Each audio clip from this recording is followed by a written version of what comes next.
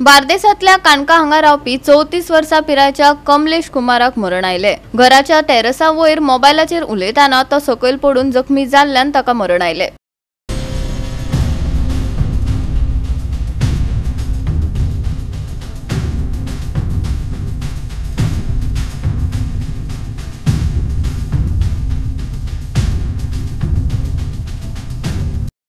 कमलेश हो मूळ उत्तर प्रदेश गाजीपुरातलो जो काणका रावतालो।